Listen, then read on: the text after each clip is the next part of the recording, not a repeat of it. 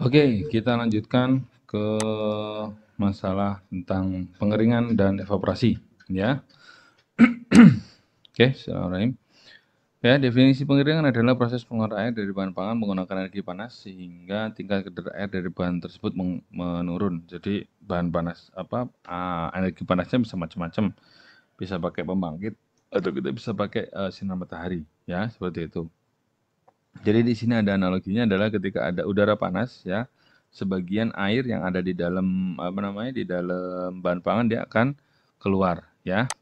Oke, tujuannya adalah to extend shelf life, ya. Jadi untuk menaikkan umur simpan, ya. Jadi kalau suatu bahan, ya, kadar airnya tinggi, ya, water AW-nya juga tinggi, otomatis dia akan rentan sekali terhadap adanya reaksi-reaksi kimia, ya, adanya pertumbuhan mikroba, ya, seperti itu.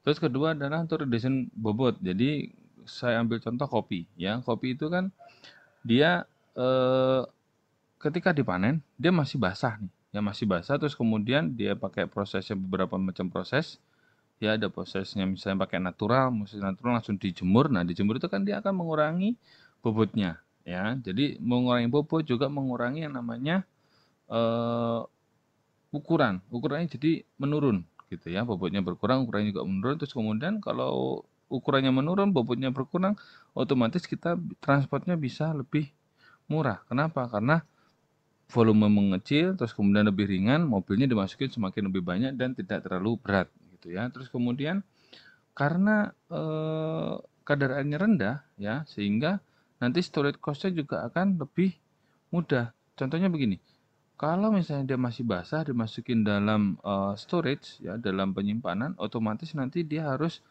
mengecek suhu segala macam gitu ya, agar supaya apa tidak ada deteriorasi atau tidak ada eh, kerusakan. Nah, seperti itu. Jadi memang harus harus dikurangi dulu ya. Tetapi memang tidak semua bahan harus dikeringkan ya. Ada yang memang harus segar, harus kondisi segar itu yang paling bagus ya. Tetapi di sini contohnya seperti itu. Terus kemudian provide convenient product for the customer, more easily handled ingredient for food processor. Artinya apa?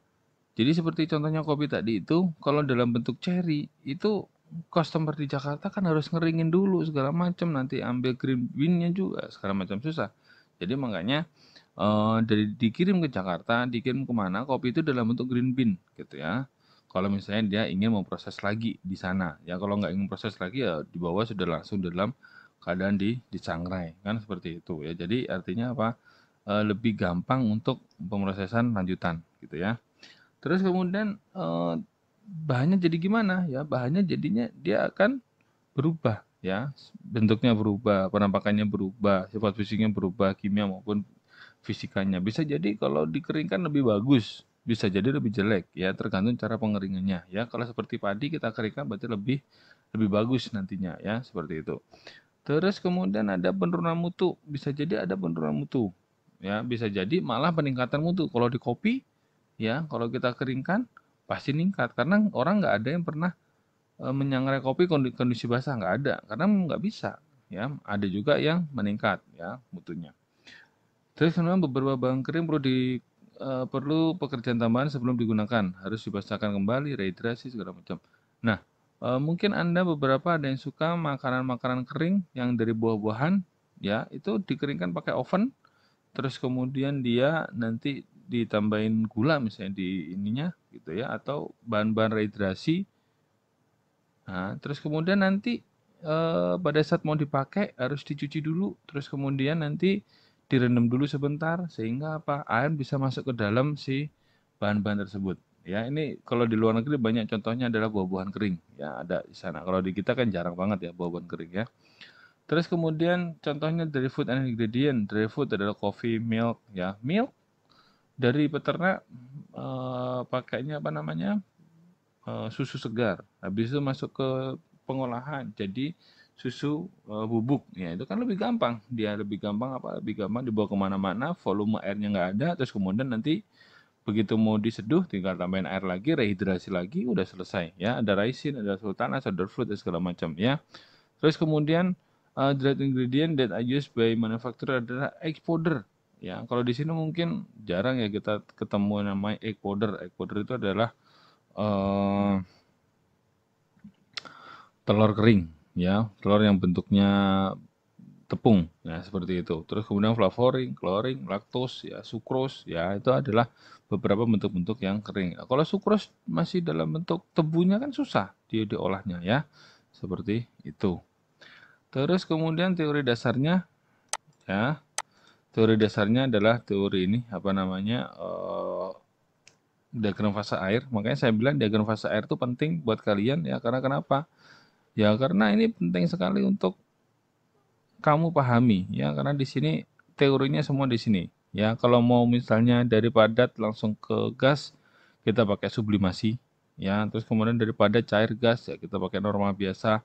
Kalau pakai sublimasi, tapi titik-titik point dan segala macam ada semua di sini. Ya teori dasarnya seperti itu.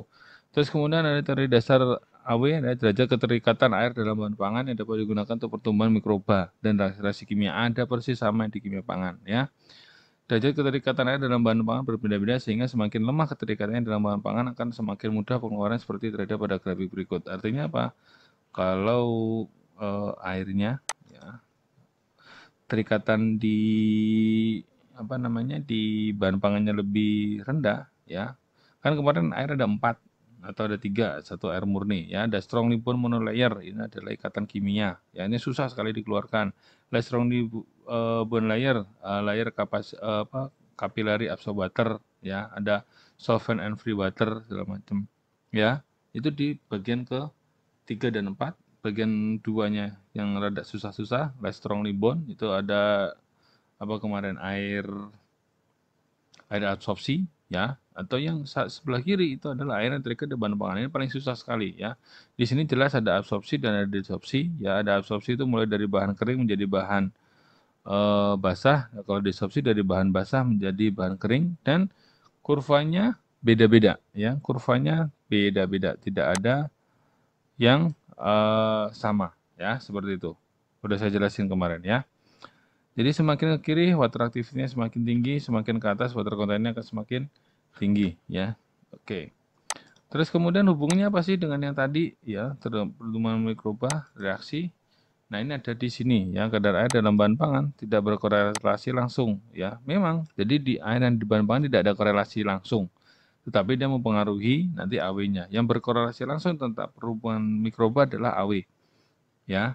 Gitu, udah mulai 0,7 moldnya udah mulai tumbuh, yeast mulai tumbuh di 0,75 dan bakteri di 0,8, ya. Tetapi lipid oxidation terus kemudian non-enzymatic browning itu udah mulai ada. Lipid oxidation itu bisa di sekitar 0,0 sekian udah mulai ada reaksinya, gitu ya. Ada non-enzymatic browning, ya, terus kemudian ada enzymatic activity, ya, terus kemudian ada beberapa lagi, ya, situ. Ya, tapi yang fokus di sini adalah di bagian belakangnya, ya, atau di mold, yeast, dan bakteria, ya.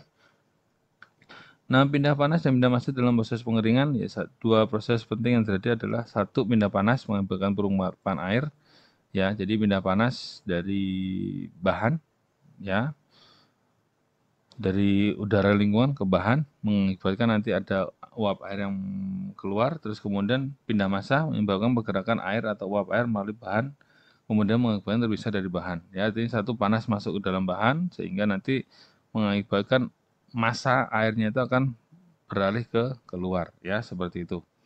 Terus kemudian ini contohnya kadar air beberapa bahan pangan yang telah dikeringkan hingga AW 0,7, biji-bijian 15%, sayur-sayuran 14, ya, susu kering 8 misalnya. Di contoh dari biji-bijian kacang-kacangan, ya, ada padi, beras, jagung, ya. Kadar air padi 12 atau gabah, ya, 12 sampai 14%.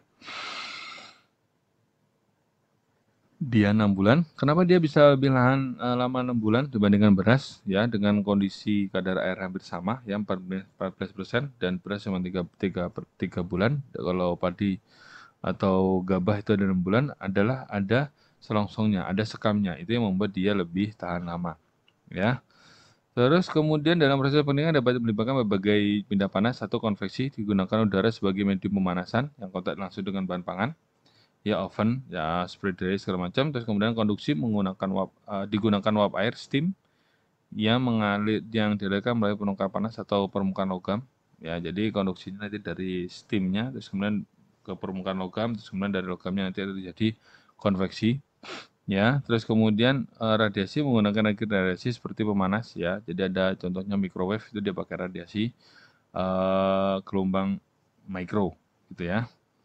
Terus kemudian jenis-jenis pengeringan ada pengeringan pada atmosfer ya. Jadi saya kayak kamu punya oven di rumah itu pakai tekanan atmosfer. Kamu mengeringkan padi di rumah ya, gabah di rumah itu juga pakai tekanan atmosfer. Ya, ada juga yang pengeringan dengan terjadi pada tekanan vakum, ya, vakum drying, ya, pindah panas dilakukan pada tekanan rendah sehingga air atau uap air mudah menguap. Jadi misalnya Anda punya punya oven, ya, terus kemudian ovennya kalian tutup, ya, kalian tutup semua sisinya, terus kemudian Anda pakai vakum, Anda sedot pakai vakum sehingga di situ tambah udara. Sehingga kalau disedot yang terjadi apa? Yang terjadi nanti adalah air yang ada di dalam bahan pangannya akan segera menguap, ya, seperti itu. Terus kemudian ada pengering beku ya atau freeze drying, yaitu pengering dengan cara sublimasi air dari fase padat menjadi bentuk uap air. Ya, artinya apa? Tadi saya bercerita tentang diagram fase air di bagian bawah ya di suhu minus sekian derajat Celcius tekanan juga vakum sehingga apa? Dia dari padat langsung bisa jadi gas. Ya.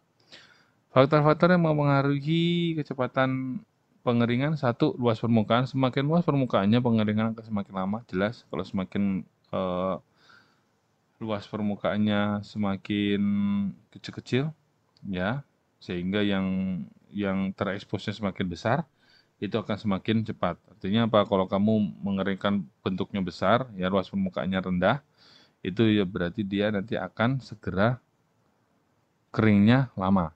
Ya, tapi kalau misalnya dari yang bentuk yang besar kamu potong kecil-kecil sehingga luas permukaannya semakin luas, ya maka dia nanti akan semakin cepat untuk keringnya, ya. Oke.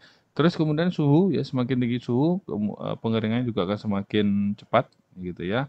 Terus kemudian kecepatan udara, ya kecepatan udara semakin cepat udara dia berputar gitu ya atau keluar ya. Jadi ada air yang akan keluar terus kemudian ada angin berarti dia cepat sekali uh, untuk menguapkan si airnya ya seperti itu. Terus kemudian kelembapan udara ya, kelembapan udara tinggi mengakibatkan apa? Biasanya kita lebih gerah ya, makanya lebih banyak apa namanya lebih banyak keluar air nah seperti itu. Terus kemudian tekanan atmosfer dan vakum ya, tekanan atmosfer itu tekanan di suhu apa di tempat kita ini itu akan sedikit lebih lambat. Kalau kita bisa pakai vakum tekanannya dikurangi berarti nanti dia laju apa namanya laju ininya akan semakin tinggi gitu ya. Terus kemudian evaporasi ya. Jadi evaporasi dan tuhu ya. Jadi kalau misalnya kita evaporasi kita uapkan ya, itu akan semakin lebih cepat ya. Suhu tinggi juga akan lebih cepat. Waktu dan suhu gitu ya. Jadi suhu tinggi waktunya cepat ya bisa atau waktunya lama suhunya tinggi ya yang terjadi apa? Ya nanti akan lebih cepat lagi gitu ya keringnya, kering bahan bakunya gitu ya. Jadi nantinya kalau suhunya tinggi terus kemudian ada aplikasi vakum, suhu tinggi, vakum, waktu sampai dia selesai untuk mengeringkan maksimal ya, kecuali yang udah terikat, kalau air yang terikat itu susah, itu akan semakin rendah, akan semakin cepat ya seperti itu. Terus kemudian ada kurva pengeringan. Nah, pengeringan ini tidak selamanya akan lurus kurvanya kayak regresi linear, enggak. Ada juga nanti dia akan landai terus kemudian langsung kering gitu ya, seperti itu. Cara pengeringan satu matahari atau yang kedua kita ada alat ya ada oven, freeze dryer, vacuum dryer, osmotic dryer, spray dryer, drum dryer segala macam. Ya, pengeringan dengan menggunakan sinar matahari ya satu perlu tempat yang luas, waktu yang lama, mutu bahan baku tergantung dari cuaca. Artinya kalau kita apa namanya mengeringkan padi gitu ya. Kalau hujan ya udah langsung ditutupin gitu ya, seperti itu. Kalau kita ngeringin kopi kan juga begitu ya. Jadi kalau hujan ya langsung langsung di apa namanya, langsung dikumpulin jadi satu, terus kemudian ditutup, kumpulin jadi satu, tutup, kumpulin jadi satu, terus tutup. Nah, seperti itu, ya. Jadi matahari itu yang ya kadang-kadang nggak bisa diiniin, nggak bisa diapain, nggak bisa diprediksi juga ya. Kadang mendung, kadang enggak gitu ya. Seperti itu, suka-suka manehna aja gitu ya. Terus kemudian tempatnya harus luas, kenapa? Karena sebarannya akan tipis-tipis. Jadi disebar lebih banyak ya, misalnya kayak kopi gitu kita buat layarnya cuma satu atau dua. Jadi cuman ada dua, itu artinya apa? Kopi satu dengan kopi lain cuma ada dua. Kopi satu dan kopi lain. Gini aja gitu ya. Kalau misalnya kopinya ada 45 berarti yang bawah tidak kebagian panas. Nanti akan semakin lama dan bisa jadi mutunya akan berkurang ya, seperti itu. Nah, kerugian penjemuran pakai matahari satu tergantung cuaca ya, nggak bisa dipegang ya. Kadang rasanya bagus, kadang enggak ya.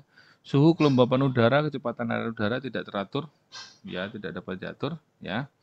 Perlu waktu yang lama ya. Jadi kalau misalnya pakai eh, gabah ya, kalau misalnya full full cahaya matahari mungkin 4 sampai 5 hari dari pagi sampai sore itu mungkin sudah bisa kering. Tapi kalau udah mulai ada mendung-mendung ya setengah hari pasti akan menggunakan waktu yang lama ya. Terus kemudian kecepatan pengeringan juga nggak sama ya, antara atas dan bawah nggak sama karena bagian terpapar kan bagian atas saja ya. Terus kemudian sanitasi nggak terjamin ya. Kenapa sanitasi nggak terjamin? Ya karena ya di udara terbuka ya, seperti itu. Nah, ini saran saya kalau misalnya Anda mengeringkan kayak beras, kopi nggak masalah. Kenapa? Karena kan nanti ada proses selanjutnya dan dari gabah menjadi beras itu kan dikeluarin bagian luarnya. Sehingga apa? Sehingga nanti nggak masalah gitu ya kalau untuk masalah sanitasi. Karena apa? Bagian yang kontak dengan apa namanya dengan udara luar dengan mikroba itu ada bagian luarnya saja. Ya. Kalau udah mulai gabah ya jangan ya. Nanti meskipun gabah bisa dicuci lagi gitu ya. Kalau kopi yang dijemur di luar itu masih ada bagian luarnya, terus kemudian nanti ketika sudah jadi green bean itu sudah nggak ada bagian luarnya, sehingga apa nanti lebih lebih aman sebenarnya ya. Terus kemudian mutu hasil pengeringannya lebih rendah. Kenapa lebih rendah? Ya karena tadi, karena cuacanya tidak menentu, segala macamnya tidak menentu, sehingga dia nanti akan ada deteriorisasi atau penurunan ya. Tapi ada keuntungannya juga ya. Keuntungannya satu, biaya rendah, alatnya lebih murah ya. Kalau Anda pakai apa namanya? Ngeringin gabah di mana, di lantai, ya lantai semen ya, lantai plester gitu ya, ya kan murah, cuman nyemer apa sekali aja udah kena matahari selesai. Ya, tapi saran saya mungkin kalau Anda menjemur itu jangan langsung ke tanah, apalagi kayak kopi itu nggak boleh langsung ke tanah langsung ya. Satu ada plester, yang kedua ada apa lagi? Biasanya dikasih bawah dikasih terpal, ya artinya apa? Tidak ada nanti bagian-bagian dari apa namanya dari plester itu atau dari semen itu nanti akan mengontaminasi karena bisa jadi nanti baunya bau erti itu bau bumi ya, seperti itu.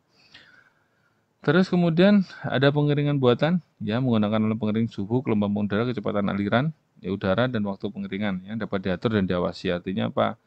Mau dimatiin boleh, terus kemudian mau dinyalain lagi boleh, mau nyala 24 jam boleh ya. Ada adiabatik ya, pengering memproses panas dibawa ke alat pengering oleh udara panas ya, pengering di mana panas dibawa ke alat pengering oleh udara panas ya. Oke. Terus kemudian satu isotermik ya, pengering di mana bahan yang akan dikeringkan berhubungan langsung dengan lembaran plat logam yang panas.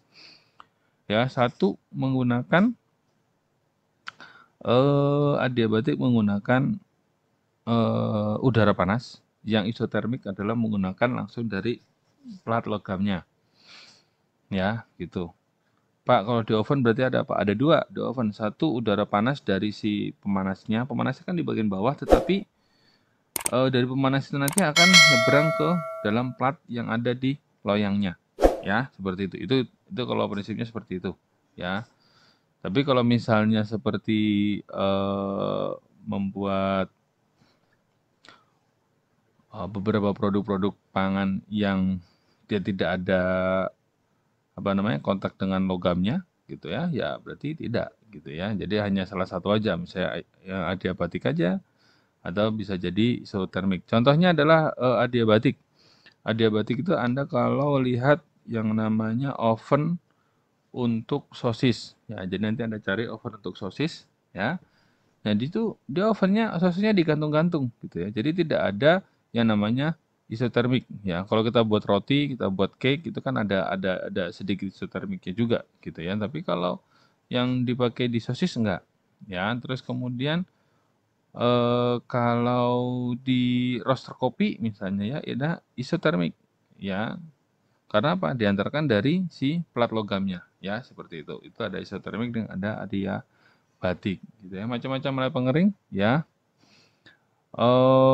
Clean kabinet segala macam, spray ya, bentuk ini Anda bisa bisa ini ya apa namanya bisa bisa pelajari lagi gitu ya. Terus kemudian pengering drum ya, produknya segala macam, pengering hampa nanti Anda bisa cek ya, pengering beku daging bisa pada contoh-contohnya. Nah, ini adalah artificial drying ya, adiabatik panas ya, bahan pangan ya, udara panas ya. Kalau isotermik ya seperti drum dryer, vacuum dryer itu adalah bahan pangan, terus kemudian kontak langsung dengan panasnya. Drum dryer itu kan dia ada pemanasnya, berputar di bagian tengahnya, ada pemanasnya, sehingga bagian luarnya dia kontak dengan si apa namanya si platnya. Itu pure ya, pure dari ini ya apa namanya pure dari isotermik ya, adiabatik, ada panas, ada udara panas, terus nanti udah uap air gitu ya. Jadi menguap udaranya gitu ya. Air yang ada di bahan pangan menguap gitu ya. Itu contohnya ada oven, ada cabinet dryer gitu ya, seperti itu. Nah, yang dimaksud oven di sini adalah kalau dia jalan. Nah, seperti itu. Mungkin seperti itu ya. Oke, terus kemudian pengering kabinet dryer nanti Anda bisa cek ya, prinsipnya sumber panas berasal dari elemen elektrik di bawah medium pembawa panas yaitu udara. Kemudian laju aliran udara panas ke ruang pengering diatur oleh blower ya. Pada daerah ruang pengering terjadi proses pengeringan bahan panas yang dibawa oleh udara ya. Oke, pengaruh pengeringan terhadap beberapa sifat bahan. Satu, umurnya nilai gizinya umumnya nilai gizinya kurang dari bahan yang segar. Ya, nilai gizinya pasti akan berubah ya, gitu ya. Tetapi terjadi perubahan warna, tekstur dan aroma gitu ya. Misalnya Anda punya roti ya, ya akan sedikit turun, tetapi dengan adanya perubahan warna, tekstur dan aroma Anda akan meningkatkan palatabilitas. Artinya apa? Kemungkinan untuk Anda makan akan semakin tinggi ya dibandingkan dengan kondisi mentah ya. Kita udah nggak pernah makan kondisi mentah ya. Terus kemudian mengurangi kadar air, ya konsentrasi tinggi protein, tetapi vitamin dan zat lainnya berkurang atau rusak. Ya bisa jadi dengan pemanasan, ya misalnya di oven 180 derajat terjadi gelatinisasi mungkin dan naturasi protein, ya seperti itu karena kadar airnya berkurang, ya bisa jadi vitamin dan zat warna berkurang atau rusak. Vitaminnya bisa jadi rusak karena kena suhu tinggi, tetapi kadang-kadang warna yang kita inginkan muncul di situ ya, seperti roti itu kan kalau kita suhunya tinggi bagian luarnya ada coklat-coklatnya sedikit gitu, itu biasanya kan meningkatkan apa keinginan orang untuk makan ya.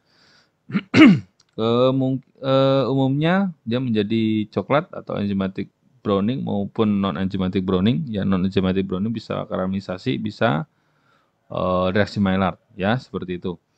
Terus kemudian reaksi browning non enzimatis ya paling sering terjadi ya untuk menentukan nilai gizi protein. Kenapa? Karena non enzimatik itu dia ada protein dan ada sugar.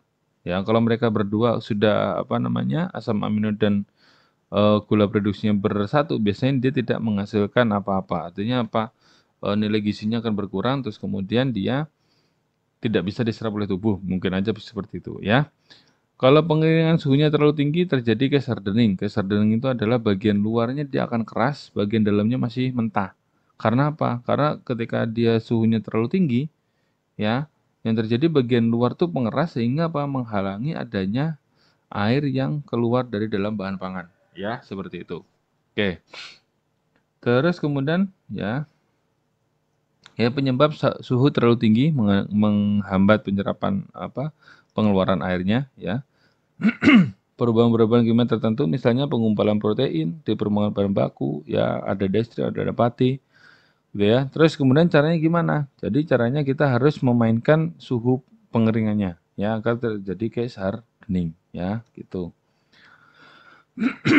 Terus kemudian, oh ya satu lagi, di sini artinya menghambat penyerapan air adalah menghambat penyerapan air dari si bahan keluar. Jadi si bahan yang apa panas yang di luar itu dia menghambat air untuk keluar. Ya.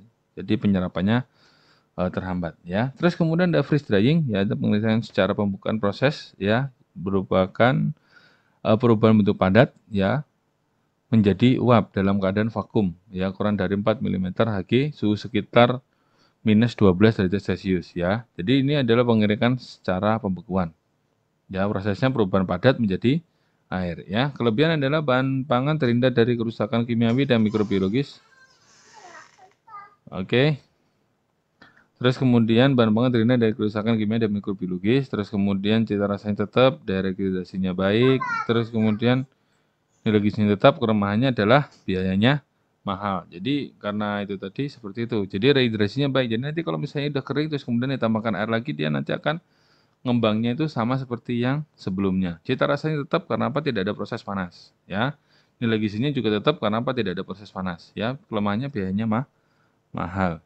Ya, ini adalah freeze dryer alat-alatnya, ya. Di mana di bagian atas ini, ya di bagian atas ini adalah si apa namanya si bahannya yang akan dikeringkan. Misalnya susu akan dikeringkan di sini, enzim misalnya dikeringkan di sini. Nanti dia berubah dari apa namanya dari basah atau dari padat langsung menjadi ke kering. Nanti ini di bagian bawah ada freezernya, ya ada pengatur tekanannya, ada vakumnya ada di sini, ya. Oke, terus kemudian sampai sini dulu.